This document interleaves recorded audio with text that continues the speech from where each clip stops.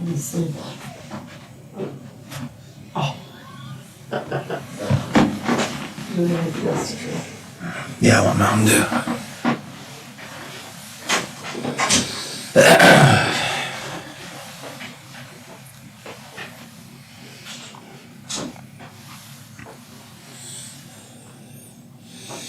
Okay, Biffy, I'm back.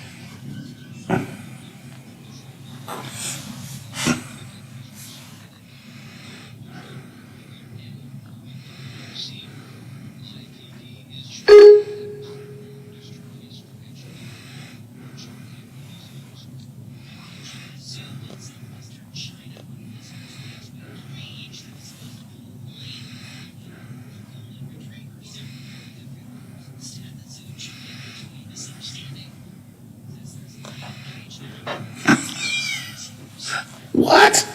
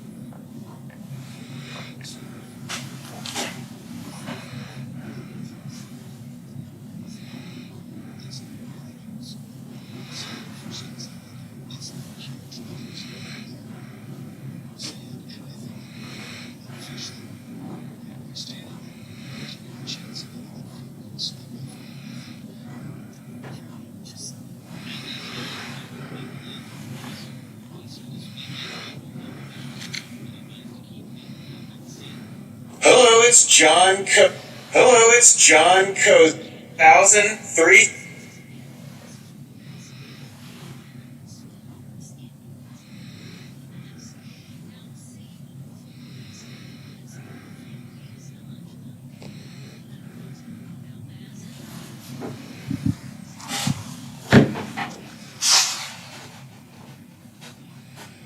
Okay, very good.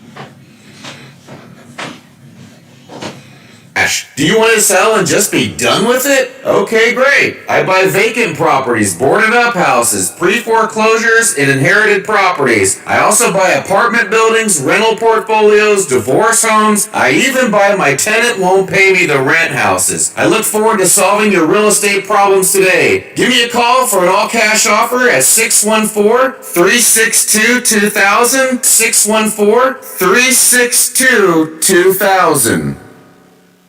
Live and local conversation for the Ohio Valley continues shortly, here on the Watchdog Morning Show with Howard Monroe.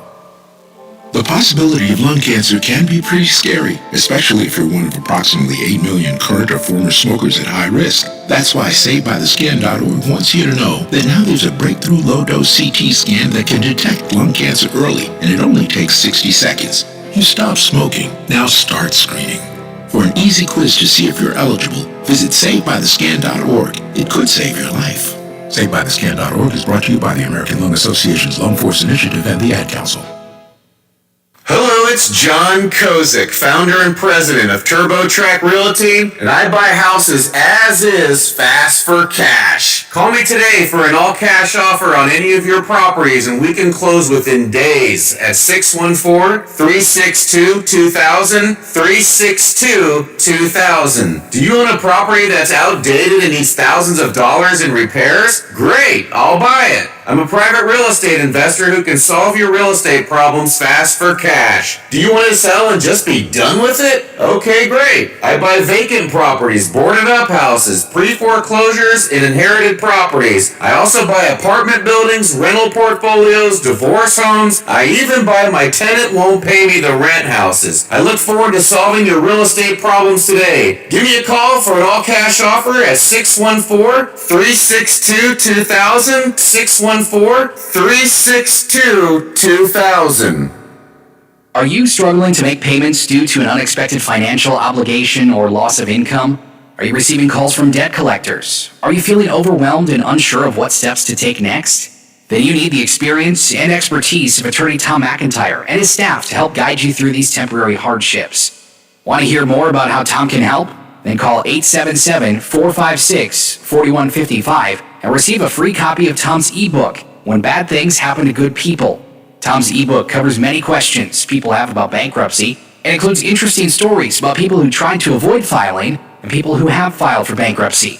We think you'll be surprised to learn some interesting facts about bankruptcy. Call 877-456-4155. Hello, everyone. From the Watchdog, I'm the Storm Tracker, Darnell Foster. Well, look your local weather forecast for your Wednesday. Mostly cloudy with rain showers early, and then off and on again through the afternoon. A daytime high of 57. Breezy and cooler through the overnight with temperatures down to about 32 degrees. Rain mixing in with some snow. Chance for some snow showers around for your Thursday. Otherwise, mostly cloudy with a daytime high of 36. Have yourself a great day, everyone. From the Watchdog, I'm Darnell Foster. The views and opinions expressed on the following program are not necessarily those of this station or its sponsors. Hello, you're on the air. It's that natural. Even though you're mine, try not to use your radio voice. Oh, good morning. Come on, buddy. You have to wake up. Rise and shine. You got the whole day ahead of you. Come on. Get out of bed. You get out of bed before I kick you out of bed. Get out of bed. Oh, mic drop. It's showtime.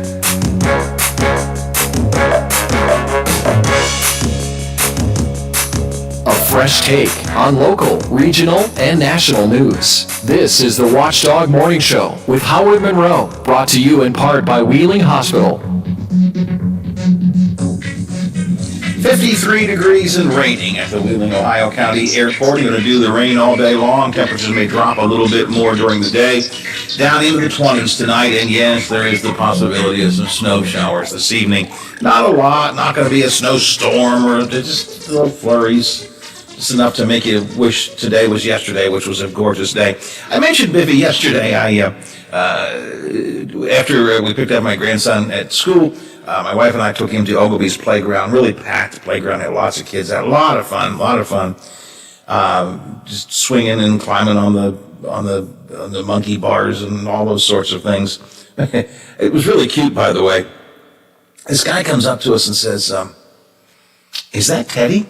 I said, yes, that's Teddy. Why? He says, well, my daughter was here in the last fall, and Teddy was here, and they played together here at the playground. And ever since she keeps saying, I want to go back to the playground and see Teddy again. I want to go back and see Teddy again. So the two of them played a lot. We had a great time, Teddy and I, before the other girl came along, at which point he didn't care about Granddad anymore. We were swinging on the swings and having a good time. And as I mentioned, one of our listeners, I put a video of it up. One of our listeners sent a text and said, Mr. Monroe, please don't break that swing. Those are good strong swings and they're good strong bars up there at Ogilvy. But the story I want to get to, Biffy, have you ever done a butt dial or pocket dial on your phone?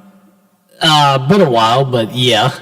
Yeah, it happens sometimes. Your phone's in your pocket or someplace and you don't realize that you've called somebody. And so I am now, all right, let me be, I had to go use the restroom. So I'm in the restroom up by the lake, standing there doing the thing that men do when they stand in the restroom. I hear my son in my pocket saying, what the hell's going on here? And I grabbed my phone and I said, oh, well, I'm peeing. At which point I heard my daughter-in-law saying, I'm hanging up.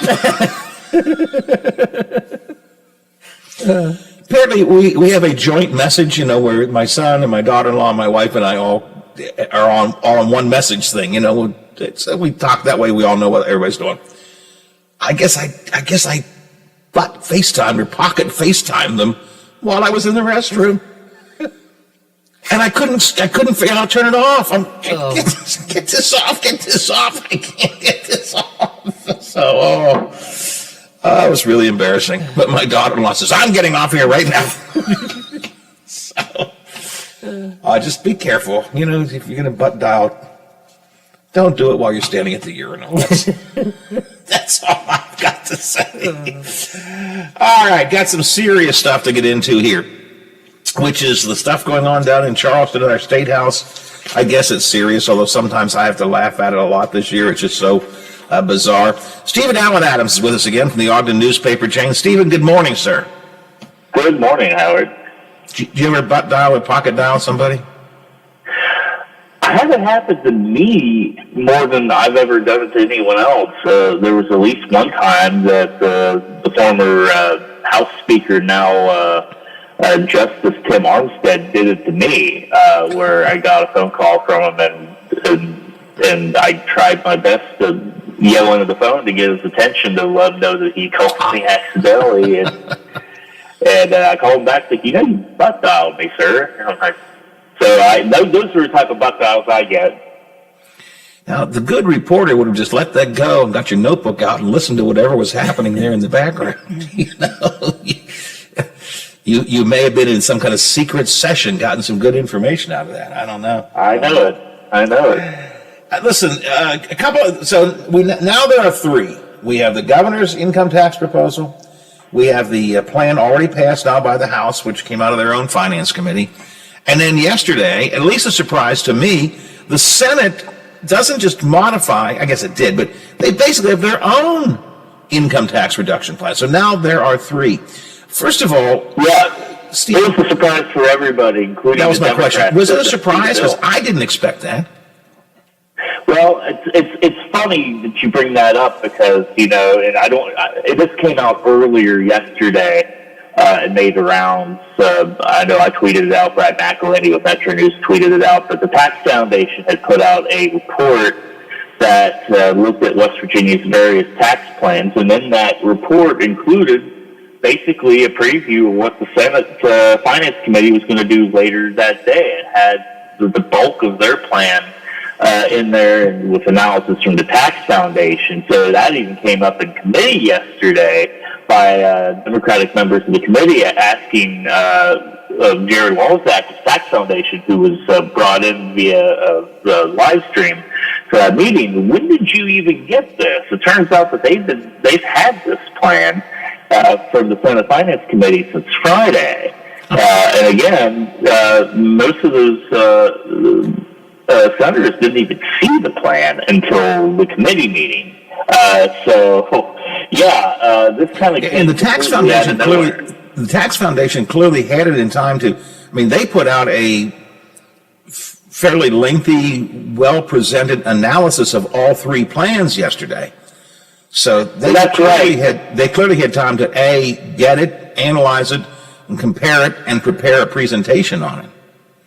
Yeah, well, the story goes they were already working on a report comparing the governor's plan and the House plans in the first place when apparently the Senate Finance Committee Chairman Eric Tarr, Republican of Putnam County, came to him Friday and give basically the broad strokes of what would be now the Senate Finance Committee version of House Bill 3300.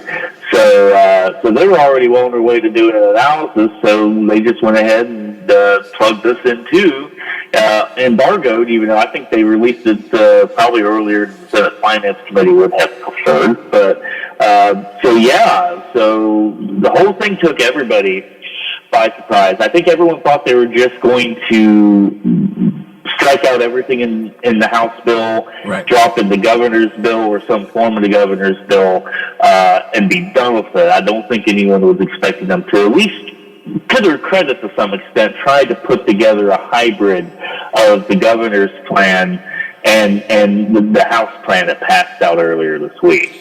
The governor's plan, as we all know, reduces income tax by 60% in its first year, also increases sales tax up to 7.9%, adds additional professional services to the tax tiers, some natural resource companies. I'm forgetting what else it does, but essentially it cuts the income tax, compensates to a large extent, not completely, but to a large extent with increased taxes elsewhere, soda tax, and so on. The House plan just reduces revenue by $150 million per year every year as things go on. They have their little extra bucket over there on the side, their income tax reduction fund or whatever they call it. It's a different approach than the governor. And so tell me now, what's this third plan? What does the Senate's plan look like? Well, it truly is the story of Goldilocks, where one plan is too hot and one plan is too cold. The question is whether this plan is just right, and the tax foundation analysis seems to think there are issues with it. In essence, it will cut the personal income tax, really cut rates around north of 50% for everything, including some of the business pass-throughs, which is something the governor's plan did not do. That makes it different from the House plan. The House plan, as you said, was going to cut $150 million basically every year. It would take about 11 to 17 years to do it all, depending on the various triggers and accelerants that would possibly phase it out quicker. This would probably phase it out ultimately quicker than the House plan for sure. But of course, just like the governor's plan, it's got various tax increases meant to try to make up a little bit for that personal income tax, including raising the sales tax to 8.5%. Now, keep in mind, in the governor's plan, it only raises it to 7.9%. Still, I think, the highest in the nation. But 8.5%, wow. I mean, that's certainly higher. And then, of course, there's all sorts of other tax increases. They also create a plan similar to the House in regards to an income tax reduction plan. Theirs is going to be funded mostly from tobacco taxes and various other sorts of excise taxes as well, basically to act as a cushion to trying to phase out the personal income tax. So there's a marriage of both the governor's plan and the House plan. Are they not reinstating part of the food tax as well? That's the big one. That's one of the big ones that they're considering doing in this bill. And I think they had, I believe, 2.5% increase. That would be, from what I understand, separate from the sales tax. Mm-hmm. So even though Brad McElhaney's been tweeting some old quotes from Tim Armstead, who was, we just mentioned him earlier as House Speaker, he was very much on board for eliminating the food tax, and that was a big thing that the Republicans were very proud doing several years ago. And well, short-term memories, because apparently we have the Senate Republicans are thinking about doing it again. So 8.5%, and again, I always point out, because we live in a border county and in a city that has a sales tax ourselves, 8.5% increase, or not increase, but an 8.5% sales tax. That would mean in Wheeling, for example, 9.5%, because we have the extra 1%. Food tax goes up, comes back on at 2.5%. Soda tax is still there. I think tobacco tax is still there, right? Yeah, soda tax got put back in with an amendment from State Senator Mike Maroney, the newly exonerated State Senator Mike Maroney, a Republican in Marshall County. He, of course, that 1 cent tax goes to the West Virginia University School of Medicine. Was originally put in there to help build the place and has never come off. And they did strip that out of the bill in the original version, but Maroney offered an amendment to put that back in, and that amendment was successful. Now, Stephen, I'm going to do a real quick break. When we come back, I want to talk about one more thing that, as near as I could tell by following the tweets and listening in a little bit, awful lot of time was spent yesterday talking about recreational marijuana. And I'm a little confused, because we don't have recreational marijuana. And so I want you to explain that to me when we come back. So just hang in here. We have now Adams with us from the Ogden newspaper chain. We're talking about the Senate's now, this West Virginia Senate's income tax reduction, tax increase plan. More on that coming up next here on the Watchdog Morning Show. I'm Big Rick, host of Real Big Talk.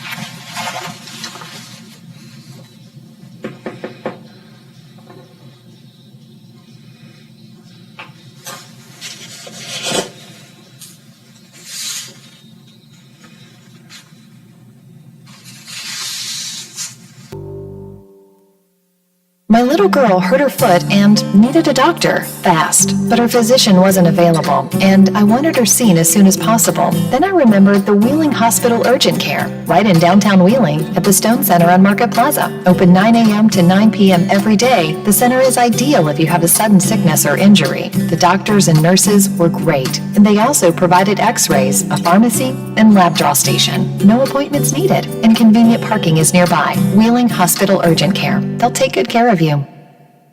Windsor Heights. The Watchdog is protecting your yard. Join Howard Monroe, Poppy Kercheval, Bill DeFabio, and Big Rick for the best live and local talk in the Upper Ohio Valley and beyond. Windsor Heights trusts the Watchdog. We're on air, online, on video, and on demand. Find us where you like us. This is the Watchdog Morning Show with Howard Monroe. 53 degrees and raining at the Wheeling, Ohio County Airport. Listen, we're in the midst of the big dance, of course, down to the Final Four now. And we certainly have seen how easy it is to get your bracket ruined. A lot of people had their bracket ruined the very first round. of the tournament. But there's always one team that does ruin your bracket somewhere along the way. That's why this year on FanDuel Sportsbook, America's #1 sportsbook, they give you your first bet risk-free. Doesn't matter who you're betting on. New users get up to $1,000 in site credit back if your first bet doesn't win. FanDuel has odds on all the action, games, day and night, an easy-to-use app, multiple deposits, fast withdrawals, always-on promotions. So your next chance to win with FanDuel Sportsbook is just minutes away. And if that's not enough, FanDuel wants to make you a millionaire. They're giving away $1 million to one lucky bettor. New and existing users get an additional shot at the payout every day you bet the tourney. So if you want a shot at becoming a millionaire, or I guess even a thousandaire, download the FanDuel Sportsbook app. Use my name in the promo code Brox Monroe, MONROE. That way they know that we sent you. FanDuel Sportsbook, promo code Monroe. You must be 21 or older, physically present in Pennsylvania or West Virginia. No purchase necessary. Restrictions do apply for the $1 million drawing. Risk-free offer for the first online real money wager only. Site credit non-withdrawable expires in 14 days. Restrictions apply. See sportsbook.fanduel.com for details. I always say it's a lot of fun for you. Then by all means download FanDuel. If gambling is a problem, do not download FanDuel. Rather, call 1-800-GAMBLER or visit www.1800gambler.net. FanDuel Sportsbook gives you more ways to win. We are talking to Stephen Allen Adams from the Ogden newspaper chain, State House reporter, about the West Virginia Senate's plan that was introduced yesterday to deal with income tax reduction and corresponding tax increases on the other side of things. But Stephen, in trying to follow the discussion yesterday, in this conversation, I heard a lot of talk about recreational marijuana, but I mean, they were even assigning numbers to how much money might come in from it. But we don't have recreational marijuana. No, we certainly don't. But it's part of the Senate plan that's now moving. And I had looked up, I counted the pages to put out a PowerPoint slideshow explaining the bill. And that PowerPoint presentation is 30 slides long. And none of those slides deal specifically with the legalization of recreational cannabis. And yeah, what they are doing with this is putting in essence, a regulatory framework. Should the federal government, they're kind of putting it in the hands of the federal government, even though they could certainly introduce a bill and take care of it themselves. They're putting it in the hands of the federal government. Should the feds decide to allow for recreational cannabis, either through President Biden, through Congress, however that might happen. So if that ever were to happen, they're already putting in the framework to go ahead and start taxing this, determining who would regulate it, which of course medical cannabis is regulated by DHHR, but they would be moving both medical and recreational cannabis, should that ever get legalized, over to the Department of Agriculture. So they're trying to make preparations for if and when that happens, and they think it could happen, I think, probably within the next 4 to 8 years under a Biden administration, apparently. It just seems strange to me, though, that, and it's predicated upon the federal government legalizing it. It just seemed to me an awful lot of time, effort, and energy, and as you point out, PowerPoint slides, were devoted to something that is speculative at best, and even if it's not speculative, is years down the road. It just seemed like, I don't know. I don't know why so much time was spent on that. Well, I mean, you can kind of give them credit for wanting to be prepared, but here's the thing. We don't know if the federal government legalizes recreational cannabis. We don't know how they're going to do it. We don't know what they're going to allow, how they're going to limit it, that sort of thing. So they're going to have to go back through and amend this again, probably in a special session, once that, if that day occurs, to obviously match up with whatever the Congress or whoever decides to change that to. So it doesn't make a lot of sense. I mean, and this is kind of common for the West Virginia legislature to do this. We've talked about the Fairness Act before, employment and housing non-discrimination for the LGBTQ community. That's one of the reasons that didn't pass last year, despite the fact that early on the former Senate President Mitch Carmichael was all about it. Behind the scenes, I was told that they were waiting to see what the Supreme Court would do in their decision, basically hoping the Supreme Court would do it for them. And this sort of seems to be the same type of logic here. They don't want to legalize it. The governor said that, while he's against it, if they were to present him a plan that did X, Y, and Z, and raise revenue, he would sign it. Well, A, you can introduce that and have it introduced on your behalf. And two, at any point, we could be seeing bills move to do that. We're not really seeing that. The closest thing we saw yesterday was a fight over an amendment to a big rewrite of the criminal code, where Mike Pushkin, delegate of Canal County, actually tried to push for decriminalization of a certain amount. So it almost passed. I think it came down to a 4 or 5 vote difference on that. So Republicans are obviously warming to this idea slowly, but it's still going to be a while if we're waiting on the Fed. Well, you put it in terms of revenue, and that changes the discussion a little bit. Sort of philosophically, you may feel one way, but you start talking about increased revenue, and that changes the way some people look at it. So, Stephen, if I understood it correctly, the Senate tax plan passed the Finance Committee narrowly. I think Maroney, in fact, was a holdout, and it finally came on board. You talked about that a minute or two ago.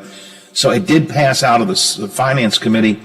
Now we have, and it still has to go to the full Senate. Will they approve it?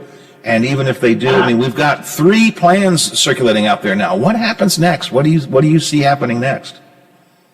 Yeah, that came out of committee yesterday on a 9-8 vote. You had 2 Republicans, Patrick Martin, Republican out of Lewis County, and Eric Nelson, the Canal County Republican senator, that voted against that, which those are actually surprising no votes to me, which tells me that it's going to be close in the Senate, because, this requires simple majority. There are 34 members, 23 Republicans.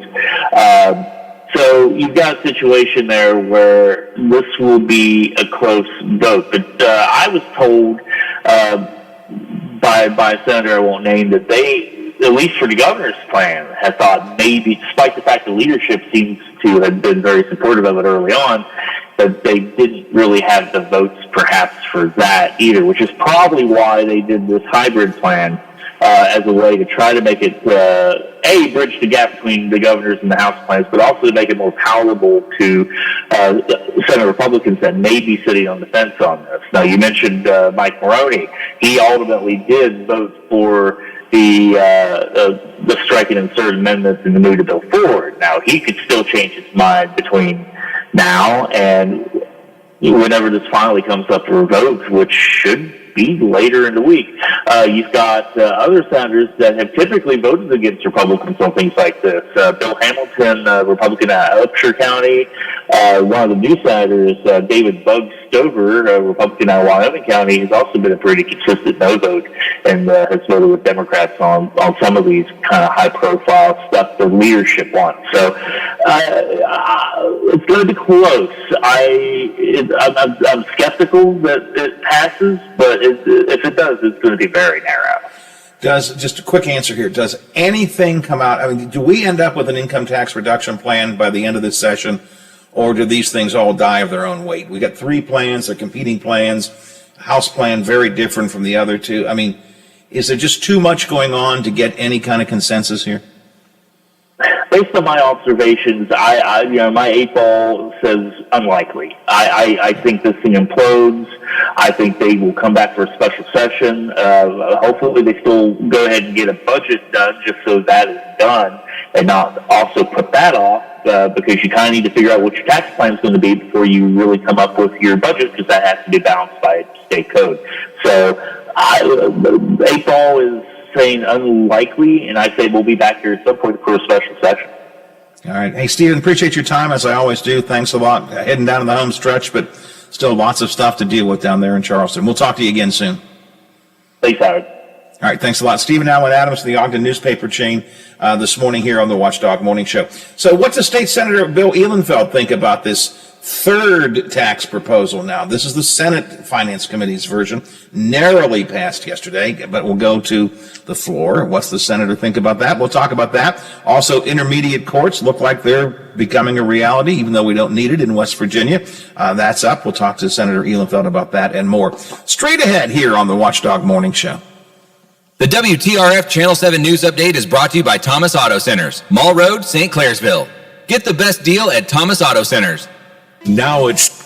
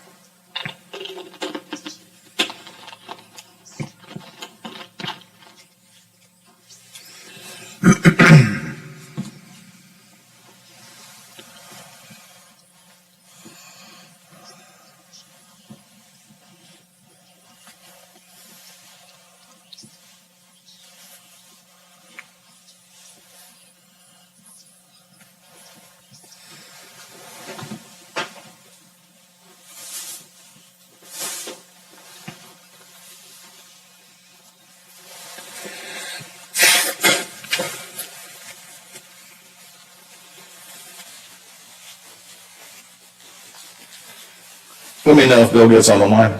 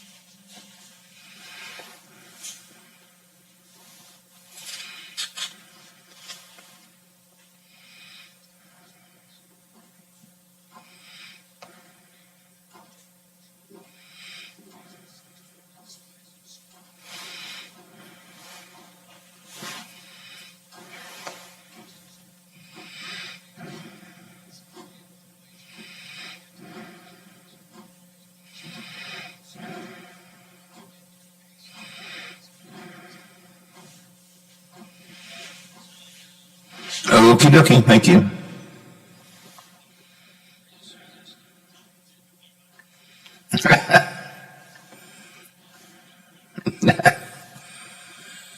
Good deal.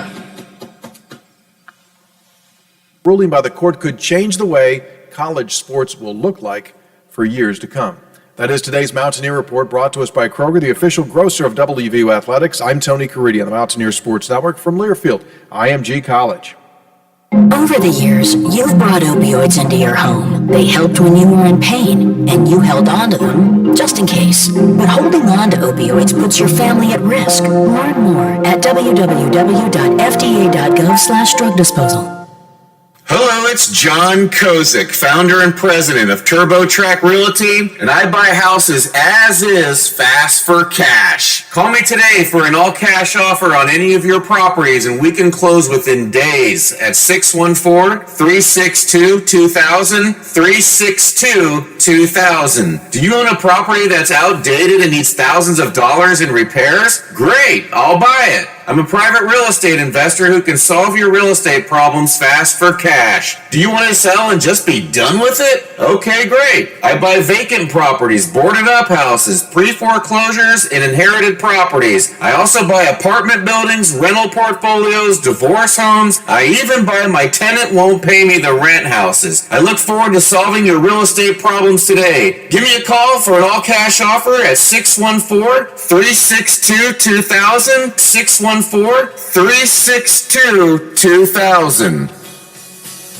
Miss a part of the show? Want to hear a segment again? Check out our podcast page at watchdognetwork.com. The Watchdog Morning Show with Howard Monroe continues. Still 53 degrees at the Wheeling, Ohio County Airport, and it's raining. Temperature will stick right around this temperature for a while, then begin to drop, get down into the 30s overnight tonight. Maybe some snow showers are possible. A little bit of lingering snow tomorrow, and start to rise up a little bit tomorrow. But 53 at the Wheeling, Ohio County Airport. Biffy, I mentioned yesterday, Teddy and I, my grandson and I, were out at Ogilvy Park swinging on the swings. I posted a video of he and I having a little swinging contest on the swings at Ogilvy, and I mentioned one of our listeners had said, "Oh, Howard, Mr. Monroe." She said, "Mr. Monroe, please don't break that swing." I got a text here says, "Howie, I'm guessing that swing is not OSHA approved for you." Now, that's a good, strong, solid beam. I tested it to make sure it was fine. Let me welcome to the show State Senator Bill Ehlenfeld. Senator, good morning. Good morning, Howard. How are you? Well,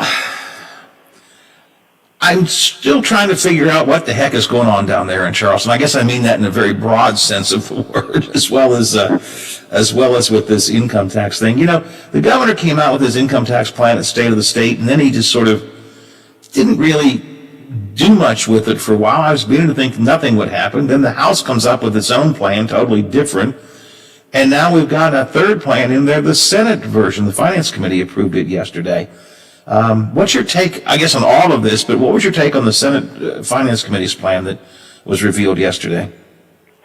Well, I didn't like it, and you're right. My Senate Finance Committee approved the bill, but it was a tight vote. It was 9-8. I was on the losing side of that vote. I'm on the losing side of most votes, it seems, but one of these days we'll talk about the victories that I've achieved this session. It'll be a short conversation. But I was on the losing end of that. It was 9-8. 2 Republicans came over and voted with the other 6 Democrats on the committee. And it causes me a lot of concern because it is going to create the highest sales tax in the nation. That's what this bill will do. It's a major tax shift. It's being touted as a income tax reduction, and I guess it will be ultimately, but West Virginians are still going to pay a lot in taxes, just in a different way. And not only will it be sales taxes, it will be increased tobacco taxes, increase on the food taxes coming back. We're going to pay more for hotel rooms, which doesn't affect West Virginians as much as it does people that we hope will travel here. But we will have the highest hotel-motel tax in the entire country, which was talked about a little bit during the hearing yesterday. So, and by the way, there's marijuana built into it. The legalization of that will help to pay for all of this. But that's only if the federal government legalizes it. So it gives me a lot of concern. I don't think that the folks who put together the Senate plan talked to all the key constituencies. And here's one example. I inquired of the counsel for the Senate Finance Committee about the $1 per pack of cigarette tax increase and whether or not the tobacco industry was okay with it. And the response was, they're told that they can live with an additional $1 per pack to go from $1.20 per pack to $2.20. Well, I have a friend who's a tobacco lobbyist, and let me say this. I've known him since we went to law school together. He's probably my only lobbyist friend that I have. So with that caveat, so he starts texting me. Well, I text him and during the hearing, and I said, hey, they say that big tobacco is okay with an extra $1 per pack.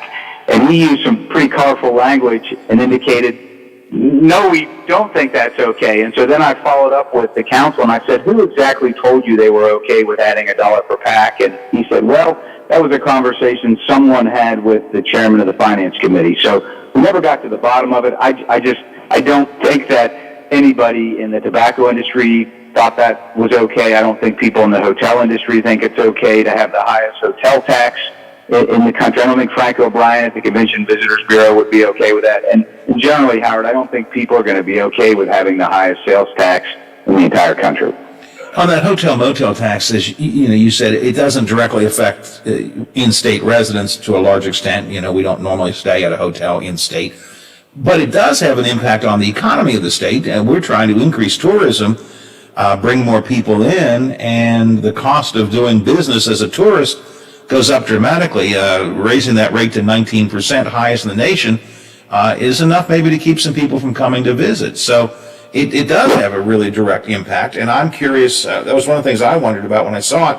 Did anybody talk to the hotel industry and say, what's this going to do to you guys? So I asked that question as well, and counsel for the committee said that they had been in touch with, that someone had been in touch with the head of tourism for the state, Chelsea Ruby, and that she thought it was manageable. And then Miss Ruby came into the room and was going to be called up to the stand before she had to leave. She had some sort of situation come up and she had to leave. So we were never able to hear from her about how she actually felt. But I just can't imagine that the various convention and visitors bureaus throughout the state are okay with that. And you're right. I mean, if we're going to go from 6% tax on a hotel room to nearly 20, depending upon, and that would include, depending upon what city you're in, there's an additional 1% fee that's added. That's going to cause some people to want to stay over in St. Clairsville or maybe in Washington, PA. If they've got to be in the Wheeling area for an extended period and they're going to pay an extra 20% per day if they stay in West Virginia, they might pick a hotel on the other side of the border. And that extra 1%, they're going to increase the sales. The Senate plan increases the sales tax to 8.5% compared to I thought the governor's 7.9% was way too high. But this goes even worse, 8.5%, which, as I always point out, in the city of Wheeling means 9.5% because we have an extra 1% sales tax. I mean, now we're getting close to 10% sales tax. Right. Yeah. So you have to remember the extra 1% that municipalities can add, and this is something that is a huge tax increase, and there are some other things in there that allow legislative leaders and the governor to play some games with it and maybe speed it up even more with budget projections and actual budgets, and I asked about that as well. So there's just a lot of concern about it. And then just the way it was rolled out, Howard, we heard from a witness yesterday. Yesterday was Tuesday, and the witness testified that he had a copy of this plan, this Senate version, last week. Mm-hmm. Here we are, the senator sitting on the Senate Finance Committee, just getting it yesterday afternoon. Somebody from another state with a tax foundation had it last week and was spent all weekend looking through it. And so it's just, there's a lot of games being played with it. It's not very transparent. They're rolling things out at the last minute, hoping to just push things through, and that's what happened. I mean, they pushed it through Senate Finance after some debate over the soda pop tax to help out WVU, and now it's off to the Senate floor. the Tax Foundation obviously had an insider's look at this because I want to say within an hour, but within hours of it being introduced into the Senate yesterday, the Tax Foundation already had a prepared presentation of PDF files with all three plans compared. I mean, they had done their analysis and they released it. So clearly the Tax Foundation had prior knowledge of this because they were able to compare the three plans and actually get a presentation prepared. So I don't know. Yes. Sorry, Senator, I guess you're not important enough. I guess not. And we didn't even touch on, I don't think we've touched on, you and I have, it's also talking about bringing back the food tax too. That's right, 2.5% food tax, and that's, they need to find ways to be able to make up for this major loss in revenue. It makes up nearly, the income tax is about $2 billion, and they're trying to make up for it, and so they're going to have to do it on the backs of West Virginians and when they go to the grocery store. So we now have the governor's plan, which we've talked about an awful lot. I think everybody has a sense of that. Reduce the income tax, increase sales tax and other taxes. We have the House plan, which is basically decrease revenue on a yearly basis based on dollars and cents, $150 million decrease in revenue every year, adjust rates to reflect that. Now we have the House plan, which is a little more similar, the Senate plan, which is a little more similar, I guess, to the governor's plan, but it's kind of like the governor's plan on steroids in terms of the offsetting taxes, which are even more than the governor's plan. What's going to happen? What do you think, Bill? So I don't think that, I think the Senate could very well pass out the version that we discussed last night. Even though it was close, I could see it remaining close and getting to the floor and passing back over to the House. But I don't think the House will go for this plan. I don't think that they'll vote on and approve what we approve in the Senate. And there could end up being a conference committee where they try to bring a few from the House and a few from the Senate behind closed doors to try to hammer out something that's agreeable to the majority parties. And in the end, I wouldn't be surprised if we ultimately don't have anything during the regular session, and then the governor calls us back in for a special session to try to get something done. You're a lot closer to it than I am, but on the outside looking in, that seems to be the case to me. I can't see the House plan and the Senate plan and the governor's plan are so different in concept, really, that I can't see. It's not something that easily leads to the Senate plan and the governor's plan. You could talk, all right, well, you want 7.9, we want 8.5, can we do 8.10? There's where you can negotiate a little bit, but the House plan is just so different in its concept. I just don't see how it can be negotiated or compromised with the Senate plan. So I just don't, I can't see it happening. I can't either. And if we go back to the reason why everyone says we need to do this is the governor, this is Senate Finance Chair, Senator Tarr, and others. They're saying that the repeal of this income tax will cause people to flood to West Virginia and move here and live here and work here. And that's not something that most of us believe. We think people will come here if we have broadband, if we have good health care, if we have good schools, if our roads aren't crumbling. But those are the things that will bring people here. And so I think the underlying reason to do all this and to raise sales taxes and other taxes dramatically isn't something that passes muster with most people down here. Well, I think several Democrats held a press conference this week. I don't think you were there. I think Lisa Zukoff was there, among others. Maybe you were there, I'm not sure.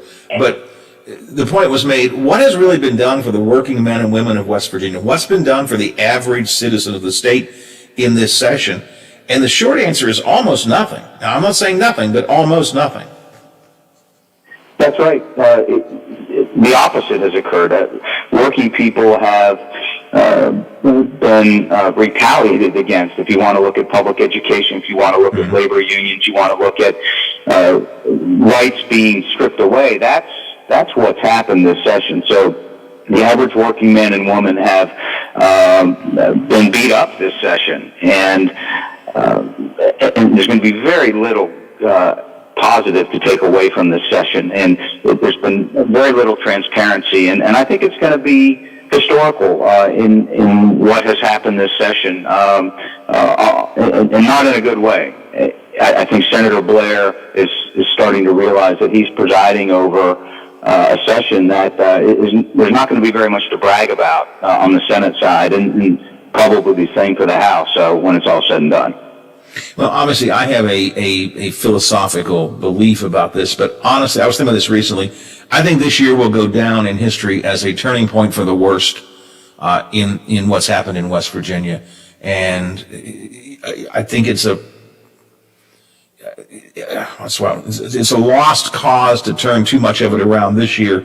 But somewhere along the way, we better be able to make some changes in our next session and in our next legislature, get some new people in there, because if we continue down this path, I did a hashtag earlier this week on one of my posts, will the last person out turn off the lights, because I think we're just sending people away in droves and doing nothing to keep anybody here. It's a personal opinion, but I think that's the case. Bill, a crossover day today.